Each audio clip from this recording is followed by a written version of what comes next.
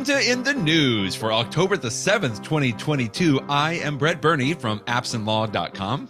And this is Jeff Richardson from iPhone JD. Hey, Brett. It is a good morning. It is a plus size morning. You reported that all of those people that had ordered an iPhone 14 Plus were going to start receiving it today. In other words, several weeks ago, we had the iPhone 14 available, but one model you could not get at the time, right? And that was the iPhone 14 Plus, not the Pro or the Pro Plus or the Max or the Pro Max. I mean, there's so many names on this, right? Yeah. But today, if you had ordered an iPhone 14 Plus, it could be your lucky day. Yeah, it's interesting. I suspect that most of the people that ordered the day that they came out, those were probably the hardcore enthusiasts like me and you, who probably got the Pro models, whether it's the regular size Pro or the larger Pro Max. But I suspect that over time, the iPhone 14 Plus may be one of the best selling versions of this line, because a lot of people they feel like they don't necessarily care about the Pro features. They just want to get the entry level iPhone, but they want the bigger screen. And that's what this is. So it's the entry level iPhone with the bigger screen, which we haven't had in the past. And plus, as a result, because it's larger, it has the best battery life of any of the models. That's what I think people are going to go for. So, you know, for me personally, I'm like, gosh, you're not going to spend the extra $200 to get the extra camera, to get the island at the top, and a million other things you get with the Pro. But, you know, for a lot of people, they're like, no, I don't want to spend that extra $200. You know, this is what I want. So, so it'll be really interesting to see how, I mean, we'll never see the numbers, but it would sure be fascinating at the end of this 1 year cycle, like after Apple's had a full year of this.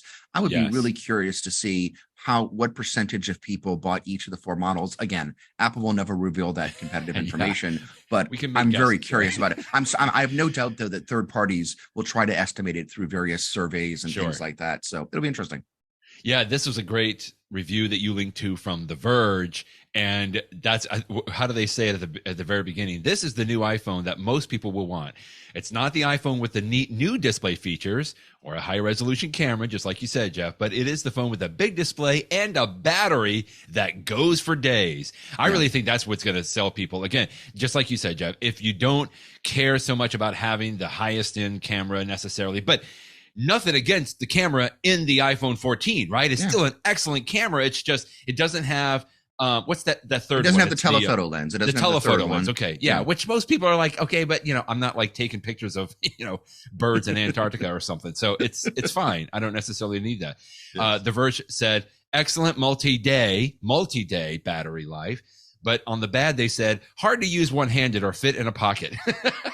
So, you know, go and try. I still always encourage folks, like if you're looking at which phone to purchase, try to get to an Apple store if you can, or, you know, a Best Buy that has some of these. I mean, to me, that's the best place just to kind of fondle it, you know, put it in your own pocket. I mean, Apple stores are just so great and letting you do that. And you can at least figure out if the size is going to be correct for you or not.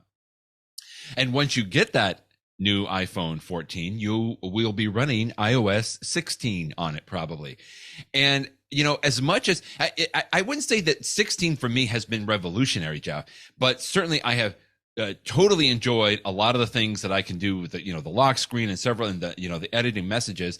But not until you linked to this story did I realize, oh, wait a minute, there's a lot more in there that now I wish I had, but it's coming.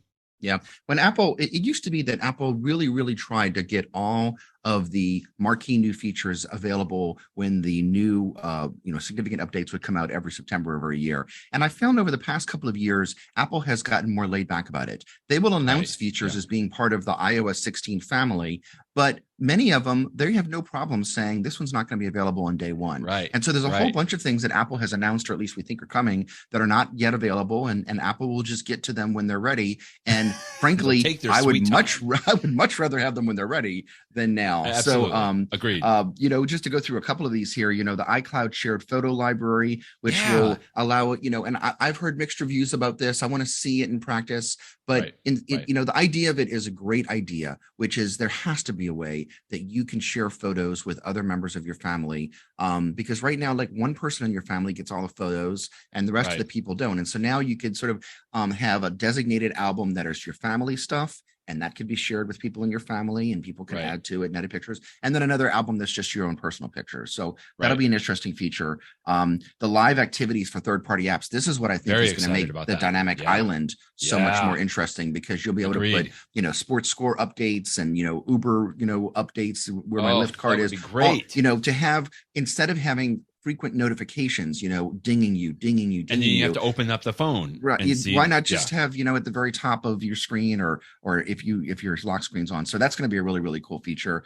We've talked before about this, the SOS stuff. Apple Music Classical is one that the satellite. Apple Music Classical is one that Apple, I don't think, has admitted to this one, but we do know that years ago they did buy this company that was called Primephonic. Did you ever use Primephonic? Right. I had not, but I've heard people talking about this classical option here. I'm not enough of a classical music fan, but people that were really into classical music would say that you listen to classical music differently, because you often want one song to go directly into the other. You want to have different information about the songs, because, you know, the artist may not be as important as who is performing. I mean, the artist may have been, you know, has probably been dead for forever, but it's, you know, what performance of this is this? The London Symphony? Is it the London Symphony in the spring or in the fall? You know, those sorts of things. And so it's just, there's something different about classical music. And so when Apple purchased this company, everyone thought, well, first, maybe Apple's going to put it in Apple Music. And then the rumor is that Apple was going to have its own dedicated Apple Music classical app. I don't remember if Apple has officially announced anything about it. But anyway, the idea is that that's coming soon. So the other interesting ones in here too. The Apple Fitness Plus, right? Without an Apple Watch. I mean, people have been asking for that for a long time. I mean, I always like to have it with the Apple TV, or I even do it on my iPad, you know, or on my iPhone. But I know there's a lot of people that would just like to have the option of doing, you know, it just on the iPhone, like watching it on the iPhone, even without an Apple Watch. And I think that's good. You won't get the statistics of like how your workout's going, but you may not care about that. You might just want to follow the instructor and do the workout. And then at the bottom of this, I'm so glad you linked to this article, but because I remember being amazed or enthralled with this announcement of Freeform. It's almost like a digital whiteboard, Jeff. And I was like, not until you linked to this story that I'm like, yeah, wait a minute, Apple, you talked about this and you didn't give it to us yet. But I'm excited to see when this is going to come out. Yeah, and there's some other ones in here too. So, I mean, suffice it to say that there's lots of interesting things about iOS 16 coming out. Frankly, there's probably some other things coming that we don't know about. But even among the things that we absolutely know about or that we can predict, it's an interesting list here of what's still to come. This is probably my favorite link that you had today, because it's the best use that I have seen so far for the Apple Watch Ultra GPS. I love this one. Why don't you explain what this guy is doing here? The GPS on the regular Apple Watch is reasonably accurate. If you've ever done like a workout, I've done this before, where you do a workout and then later you look on your iPhone to see the path that you like. I'm talking about like an outdoor workout, like a run or something like that, and you can see the path. And when you look at that picture, you will see it's not 100% accurate. I mean, there are places that the path may say that you curved off. You're like, no, I didn't curve off. I went to the end and then I went back around. It's not perfect. It gives you the general sense of where you were. But with the Apple Watch Ultra, which of course you're wearing, there is not just one, but there are two GPSs. And that second GPS is it's a newer band that can be more accurate. And so as a result, the Apple Watch Ultra is far more accurate on knowing exactly where you are. And the perfect I noticed this. The perfect showing of it. Even just in my walking around, like, you know, I wasn't like tracking a fitness or anything, but frankly, even just like I used to have the map, you know, on my watch, or just like the next direction or the next turn. But I have got to tell you, just in using it over this last couple of weeks, it has been far more accurate. And I will tell you this, the bigger screen on the Apple Watch Ultra allows me to see the actual map. Like I don't even need to get my iPhone out as much. So anyway, all that to say that, yes, I'm excited about the GPS. So what this guy did is, while he was mowing the lawn, he tracked as he went up, and because you know how you mow the lawn, you go up one line, down one line, up the next line. And so if you just compare the two pictures of the one with this previous Apple Watch, it is, and then the one with the Apple Watch Ultra, you can see. I mean, it's the one that was taken with this previous Apple Watch looks more like a Jackson Pollock painting or something like that. It's a little crazy all over the place. the very, very precise Apple Watch Ultra, you could see you knew exactly where he was going. So that's pretty incredible, actually, when you see it. Like you said, a picture can do 1,000 words there. That's crazy. If you're listening to this podcast without looking at the video, you'll have to check out this post or watch the video version, because absolutely, that just shows it all. So, and I presume that, by the way, you're still enjoying your Apple Watch Ultra another absolutely. weekend. It's just as the more I hear about it and talk about it, and then you link to this review, which I know you and I texted back and forth about, from Mark Gurman. I just thought he hit it out of the park on just about everything on this Apple Watch. To me, it takes everything good about the Apple Watch that has evolved.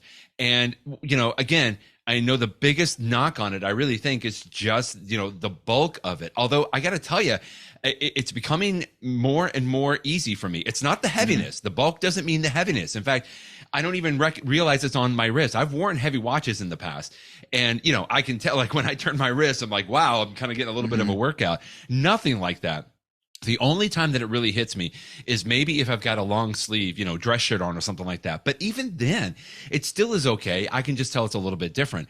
I will tell you quickly, we were talking about the bands for the Apple Watch Ultra. Right. I have gone back now to the original, what is it, the sport band or whatever, the original band that came with the Apple Watches. And that one seems to be working out better than anything else that I've tried. Other than the Solo Loop, I've tried, I had my scuba diving band last time, which I like, but to me that was just bulky. But this one seems to hold it directly in place so that it's not even, flipping around or anything. But this Gurman review, Brett, do you own the Milanese Loop one that I'm wearing right now? I don't. You don't? I don't. Because that's one I saw one picture online that paired this, because I've had this since my first generation Apple Watch, years and years ago. And I saw somebody online that paired it with the Ultra, and the titanium of the Ultra actually looked pretty good with the Milanese Loop. But you haven't tried that. Okay. I haven't tried that one yet. I might. I mean, I feel like I think, like a mini Apple Watch owners, I'm on a never-ending quest to try as many bands as I can. But just quickly, let me just add. I don't know if we mentioned this in another recording, but it is pretty incredible, Jeff, that Apple has allowed us to use all of these Apple Watch bands over all of the incarnations of the Apple Watch, right? I mean, nobody would have blamed Apple, I don't think. I mean, they would have complained, but nobody would have blamed if Apple, said, well, we're doing the Apple Ultra, but it's going to be, completely different you can't use your old Apple Watch bands, in any of the third-party bands. But it's incredible that I am able to swap out and use all of my Apple Watch bands with any of the Apple Watches, even from the very first one. Some of them are a little bit bigger. Obviously, your Series 7 is bigger than 5 and 4, but it still is pretty incredible that I can just go back. And I don't know. I feel like Apple doesn't get quite enough credit for that, because after all of these generations of the Apple Watch, that's great that we can still use some of those. I agree. I mean, and Apple, a case for your iPhone that you bought 5 years ago, there's no way it would work on a new iPhone today. Exactly. But the band that you spent just as much money on, does still work, which is great. Yeah, these are some other good reviews that you posted in here too, which is DigitalTrends. This was great. I thought that was a very nice one. Yeah. I thought that was great. What did he say in here? It's as if the Apple Watch Ultra is as if Apple took the Series 8 and had it reimagined by Tonka. To me, I just kind of like, that's right. It's like, it's the metal, it's the titanium. Anyway, I am still thoroughly enjoying it. And I just like the idea that I don't have to worry too much about it if I bonk it somewhere, or if it drops or something like that. So yeah. And thankfully, I'm not the only one that is, wearing an Apple Watch. This was a great little story that you put. Let me see if I can get the correct link here. That we even have Apple Watches at the height of our legal profession. Yes. In the United States. I didn't even notice this. And normally I will pick up on things like this if I see pictures, but this is Judge Ketanji Brown Jackson, right? Mm-hmm. And this was when she was getting sworn in. And sure enough, if you look at her wrist, she has an Apple Watch on. And I just thought that was really cool. And you even went a little bit further and were telling people that if you really zoom in on it, you can even see like the time that is displayed on that. Really cool. Yeah. And it's interesting because there's two, the picture that you're showing right now is from, it's not technically her swearing in, it's her investor, which is more the ceremonial thing, which occurred recently with President Biden and stuff. But when you go back a couple of months in June to when she was technically sworn in so that she could actually, I think it was around June 30th, Justice Jackson was sworn in so that she could officially start working. And she was also wearing the same Apple Watch there too. And these were like official pictures at, something as formal as a swearing in. If you're wearing your Apple Watch when you are sworn in as a Supreme Court justice, and then you wear it again at the investor ceremony with the president, you're an Apple Watch user. Yeah, you're all in. Exactly. There's no question. This is not just something that you throw on when you go do your workout. This means you are a true Apple Watch user. So bravo to Justice Jackson. And so I think I'd like to think she's one of us. She's probably got an iPhone as well. She's using an Apple Watch. Yeah. She's, I like it. But I say this jokingly, but at the same time, technical issues do go up to the highest court of the land all the time. And the fact that you're wearing an Apple Watch to me, good point, indicates that you are connected enough to the world of the new technology and stuff that I hope that that's a perspective that she brings that maybe some of our other justices don't have that connection as much, and she can bring that to the bench. So again, maybe reading too much into that, but we shall see. I hadn't thought about that, but since I've been always interested in like cyber law, and like copyright issues online, there have been many cases that have gone up to the Supreme Court, from constitutional aspects, and I didn't think about that, Jeff. That's really interesting because I've always complained that I see cases come down, the whole Napster and MP3 files, just so many technical things like that. And it's not always the Supreme Court, of course, but, I always complain about the judges and like, man, you don't know what you're talking about. But that's a really good point. I'm glad that you pointed that out on that. Yeah. Well, by the way, the link, before we go on, let me just mention the reason that I sort of posted that, or the excuse for it, was that again, the brief that the Onion filed this week. I'm just going to say, good. If you're not a lawyer, you'll enjoy it. But especially if you're a lawyer, it's a hilarious Supreme Court brief. Absolutely worth reading. And I just have to say the subject of this, the reason that this is going to the Supreme Court is literally maybe about 45 minutes away from me. It's on the west side of Cleveland here because it was the gentleman that from Parma, Ohio, that posted. Well, we won't go into all the details, but this is such a great what we call a friend of the court brief, right? That the Onion, as many people would know, submitted in support of this. This gentleman, I started laughing out loud earlier this morning too. And paragraph my kids, I know my kids were like, what's so going on? And I'm like, if you know technology and you know the idea, if you know a little bit of, how the law and something goes up like this to the Supreme Court, and you know about the Onion, it's absolutely hilarious, because the Onion serves an advisory capacity for such nations as, the former Soviet Union. And they also owned the world's transoceanic shipping lanes. I mean, it's just really fantastic. Yeah. It's good links there for folks to make sure. But back to a serious aspect of the legal component here. You posted a couple of things about the little thing called USB-C. I know we've talked about this a little bit, but this is something that went a little serious. The European Parliament voted by the end of 2024, they want to see all mobile phones, tablets, and cameras must have a USB-C charger. And that's going to affect a little thing that we know called the iPhone, unless Apple, does a 180 and changes some things on that. Yeah, and everybody knows that Apple was the target of this European regulation. Yes, not that Android phones don't use different things too, but people were frustrated that people in Europe were frustrated that there were so many different charging standards. They had Lightning, USB-C, and I guess to a certain degree USB Micro and Mini and everything else. Right. And they just want the idea of having a single standard, which I think is a very laudable goal. That who wants to carry around multiple chargers? So I'm with them on what they're trying to do. Right. I have questions of whether legislation is the right way to do it, because as I pointed out in my post that, it stymies better technology coming out in the future. And I actually looked last night and I tried to read the text of it. I had trouble following precisely what this is going to require, because for example, if can you make an iPhone that has no charging ports, that just uses wireless charging. You know, the way I don't know. I don't know if that would violate this standard. And again, I have questions about it. So we shall see. The heart's in the right place, but it is going to affect the industry. The rumor had been that Apple is coming towards USB-C anyway. In fact, I was surprised that when the new AirPods Pro case came out 1 or 2 weeks ago, I actually thought they might have USB-C at the bottom instead of Lightning. But you know, so we'll see. I presume in a year or two, Apple will comply with this and that everything will have USB-C. But then, you know, the other thing I pointed out, we talk about this all the time, is USB-C is not just one thing. There's so many flavors. There's so many speeds. There's, you know, just this week, I didn't even link to this, but there's something that's called, I think it's called active USB-C or something like that, which is like powered and can have cords. It's so confusing. But anyway, hopefully this will make things simpler. One can hope. And well, even just to your quick point, I mean, obviously the European Parliament is different than the Supreme Court of the United States, but you know, just the idea of folks maybe at the highest ends of Parliament, like do they exactly know what they would be doing? Because I thought your point was excellent that you posted in here, Jeff. Imagine if the EU had passed this law 10 years ago, right? What if they had everybody? It must be USB-A, right? Would we be stuck with that then? Like, how is this law going to accommodate all of the changes that, you know, and of course, technology moves at the speed of light versus, you know, legal regulations do not.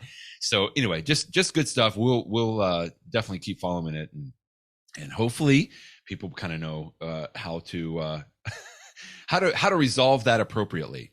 But you mentioned the AirPods Pro. Why don't we go to a story that you linked to as well, which I thought was an excellent little comparison here between the AirPods Pro Generation 2 and this is called the Bose QuietComfort Earbuds 2. Great little review here. I think, spoiler alert, the AirPods Pro pretty much came out ahead on several of the comparisons, and certainly if you've got an Apple device, it's almost no question. But it's good. You know, Bose has been doing this for a very long time too, Jeff.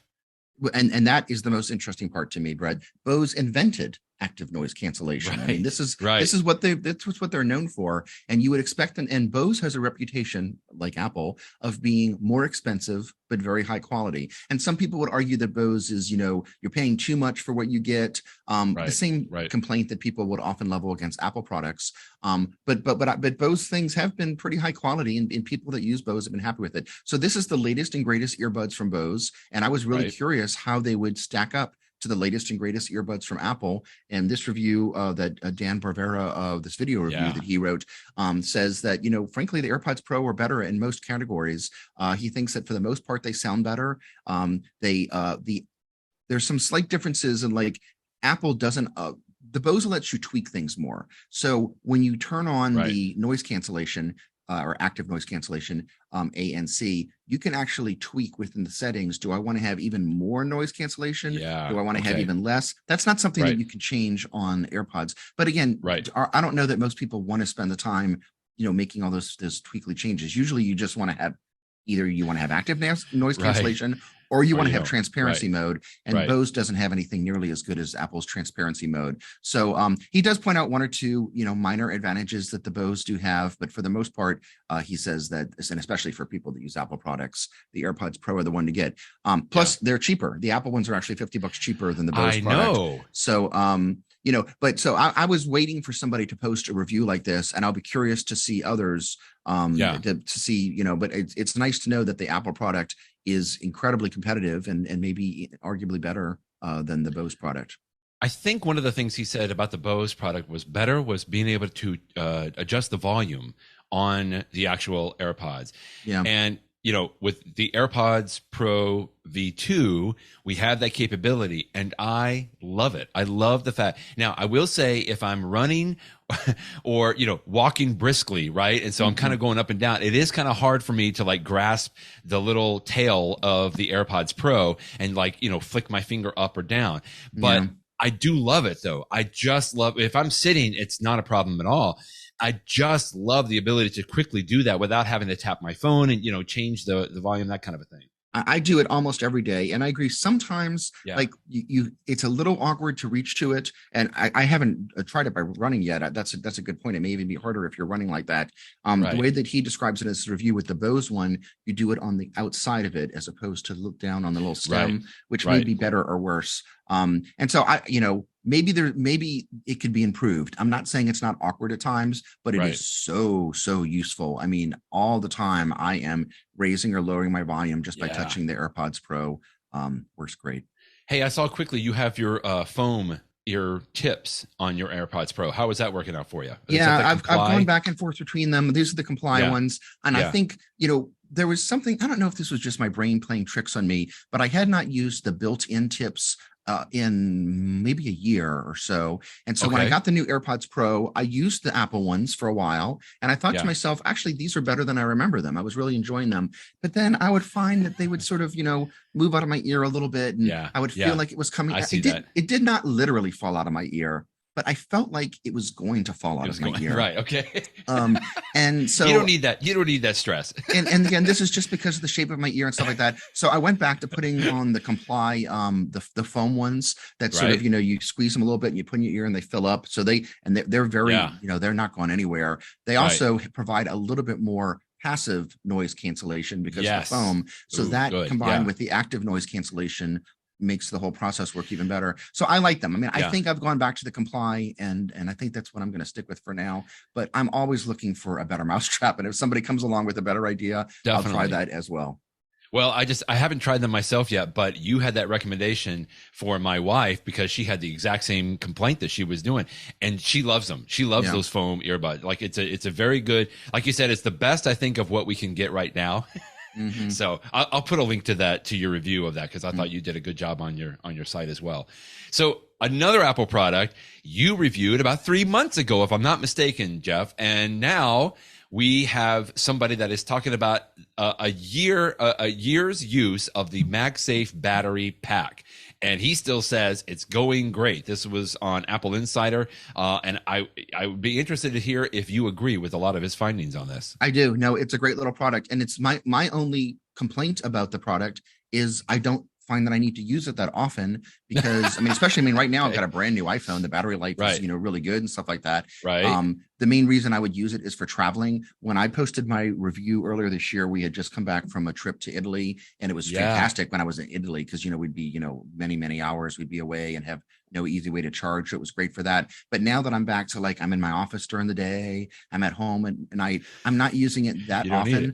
But having said that, I have a trip coming up to Washington, D.C. in a week or two, and I'm looking forward to having it there just to, have something quick and easy. It is the quickest and easiest way to just, get some extra power on your iPhone. So I'm so happy that I have it. And I'm glad that it remains compatible. I bought it with the iPhone 13 Pro. Now I'm using it with the iPhone 14 Pro. Hopefully it will continue to work with the iPhone 15 Pro or whatever comes next. So I keep waiting for it to go on sale again. I don't have it. I still have a knockoff brand, which I used yesterday. I had to go downtown for a conference that I was at. And sure enough, I just wanted a little bit extra juice, to make sure it was going to get through the cocktail hour and everything. But I remember when you reviewed this a few months ago, it was on sale for like $80. Normally it's $100. And I keep watching, I guess that you're following a camel, right? It's like, when is this going to go below? I think it's $98 right now on Amazon. Yeah, and I recommend that.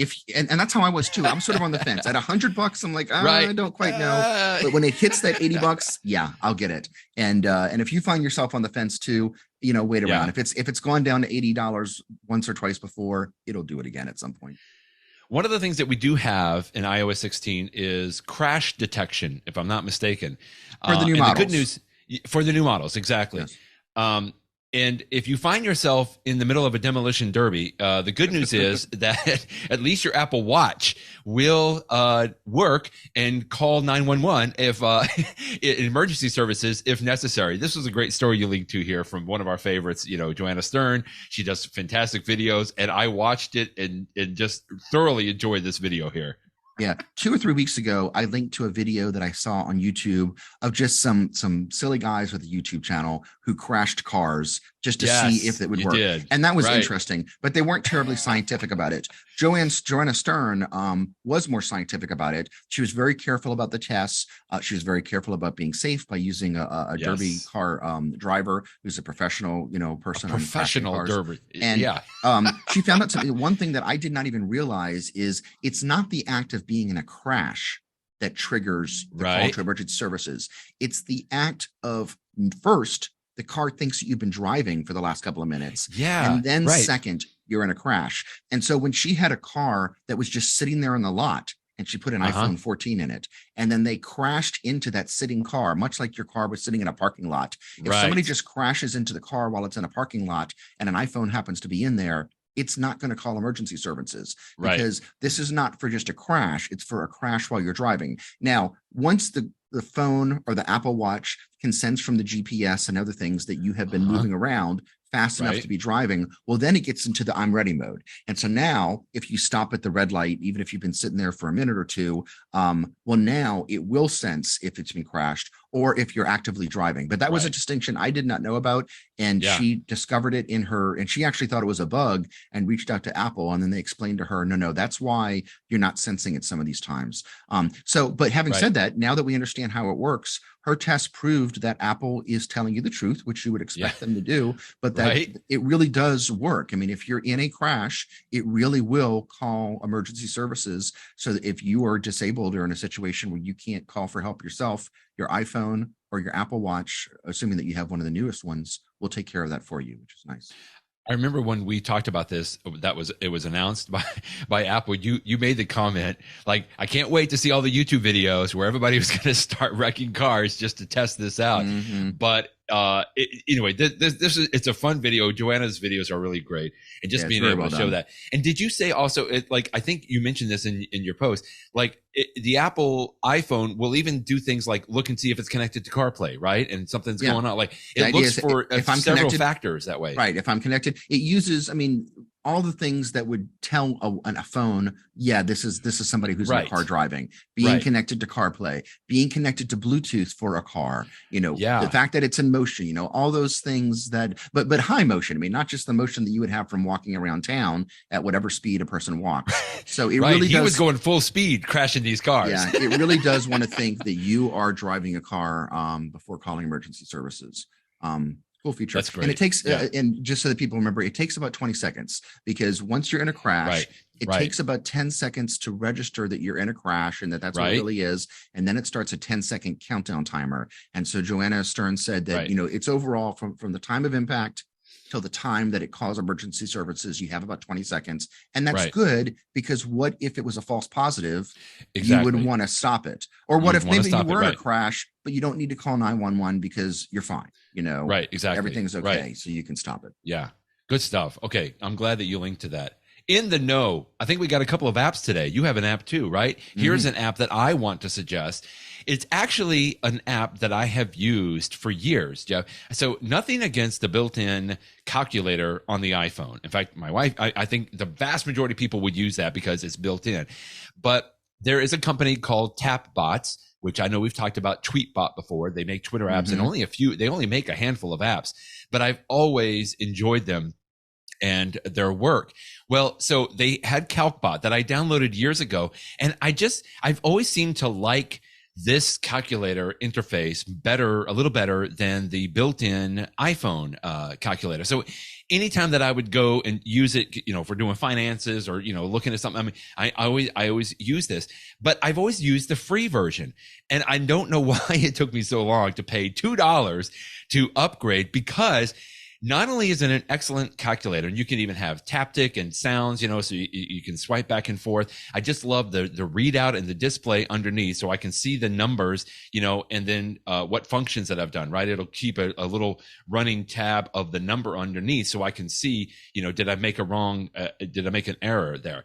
That's all available in the free version, so definitely download it if you've never used this. But if you paid $2 silly on this, first of all, you get the quote history tape, which is like, if you think of the old, calculator sitting on a CPA's desk or something, it's got like the ticker tape out so you can look at it. That literally is what this is. So you can go back and you can see a whole listing of all of the calculations that you did. And then you can even copy those, results and paste it somewhere else in there.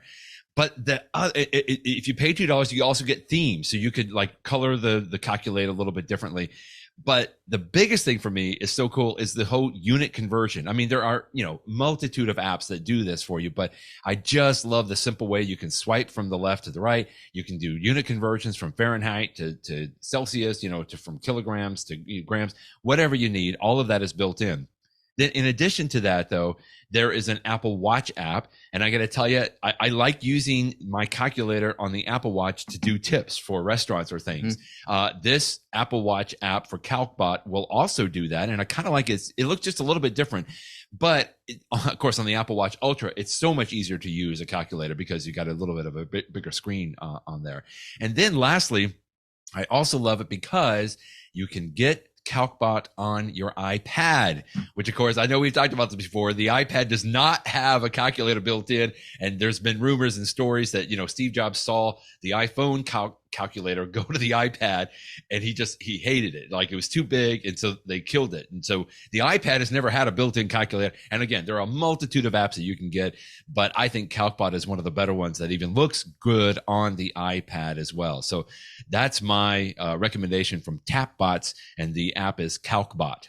Yeah, I've had it for years. I haven't been using it as much recently because I've been using pCalc, which is another excellent app. That's a great one too. Yes. And as you were talking, I just installed, because I didn't have it installed on my watch yet. I just installed Calcbot on my Apple Watch. And it's interesting. So I now have 3 different calculators on my Apple Watch. The built-in one, which is good and can calculate tips and stuff like that. And then I've got the one that I installed 5 seconds ago, Calcbot, and then pCalc, which is the other calculator app that you're showing on the screen right now. Right. And they all have different takes on what an Apple Watch calculator should be, which is interesting because you don't have much space in the screen. You want to have buttons as big as possible without being too big. And they just have different ways of doing it. pCalc, for example, can have it that underneath the number keys, you can have the plus and the times and stuff. I see that. If you hold down to bring it up, it's just a different interface. So my point is, if you're a person that if you want to use a calculator on your Apple Watch, which can be useful, you should try all these different ones, because there's no one right or wrong way to do it. It's just different developers have different ways to take advantage of that interface. And they're all worth trying out. And I don't even know which one I like the best. I mean, the built-in Apple calculator is pretty good. But I actually really like the pCalc one. But now that I'm sitting here looking at Calcbots, that's pretty good too. But again, you were talking about your iPhone. I agree. On the iPhone, both Calcbot and pCalc are fabulous. I love the ticker tape on Calcbot. There's something similar in pCalc, but it's nice that you have these good alternatives. Yeah, very good. I'm glad you mentioned pCalc too. I haven't tried that, but I see a lot of people talking about that one for something. And it looks like there is a pCalc Lite, which is free, and then you can pay $10 for unlocking the regular version of pCalc. But I agree. There are dozens and dozens and dozens of calculator apps. I realize that, but for me, from a polished perspective, Calcbot is the one that I like a lot, and pCalc is another good one too. Yeah. So speaking of the Apple Watch, I have a little tip in the Apple Watch 2, which is this. It's an app from Iconfactory, which is funny. The Calcbot is made by the people that create a TweetBot, which is the TweetBot, the Twitter app that I use. Iconfactory, who makes another Twitter app, Twitterific, the guys behind that have made this little app called Now Playing Plus.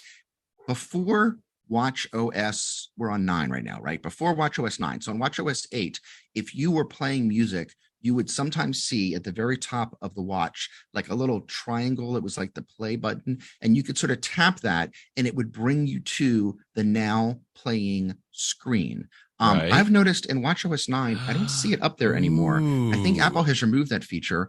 And a lot of people say if you want to quickly jump to the Now Playing screen, you can open the app, but that's a pain because you got to, make sure it's in your dock. And I have to go find it. You need to go find it, stuff like that. So what this is it's just a little, all that the app is basically just like a little shortcut that brings you a now playing screen. It's not the actual now playing screen. It's a third-party version of it. But basically, when you install this on your Apple Watch, which you actually have to do on the Apple Watch, go to the App Store on your Apple Watch, search for Now Playing Plus. It's free. And then once you have it installed, when you have a watch face and you decide that I want to have a little complication in the corner or on the side or wherever, you just select Now Playing Plus. And so now, like when I'm looking at my watch face right now, if I want to jump to whatever is now playing, I could just tap on that little thing and it brings up a screen that's got like the play button in the middle. And, I love it. You know, jump back 15 seconds, jump forward 30 seconds, so whatever, what's playing. So it's just a quick way. And therefore, it doesn't matter what app is playing through your Apple Watch. It could be a podcast. It could be music. I do that all the time. It could be whatever source is playing, you can control it with the now playing screen. So anyway, it's if that's something that you find useful on your Apple Watch, and I actually do, this is cool. Then it's free. You know, consider installing it and putting, you know, one of your little complication spots, put Now Playing Plus there, and you can jump to it quickly. And I had never heard of this app. It was another Jason Snell mentioned it on another podcast this week called Mac Break Weekly, and I installed it and I'm like, wow, this is really useful. So check it out. It's pretty cool. Well, first of all, this is the first time I've actually gone to the App Store on my Apple Watch. I've never done that, Jeff. It is very cool. I didn't know that I could see all of this, because I've always thought, well, okay, I got to get the iPhone and, you know, install it there. And then you can say, you know, install over to the Apple Watch. So first of all, that's very cool. And second of all, I love this because you're right. I used to like, especially if I'm running or walking or something like that, I either have a podcast plan or I've got Spotify or I've got Apple Music or, you know, news or something else playing. And I am thrilled. And also because now with the Apple Watch Ultra, it's like I want to fill up more complication spots. I will just say quickly on that, like the bigger face in the Apple Watch Ultra, the older Apple Watch faces they just look like they're wasting space, if that makes sense, right? Almost like the first iPads, I remember, it was like, well, that's just, you know, you're not taking advantage of all of that extra space.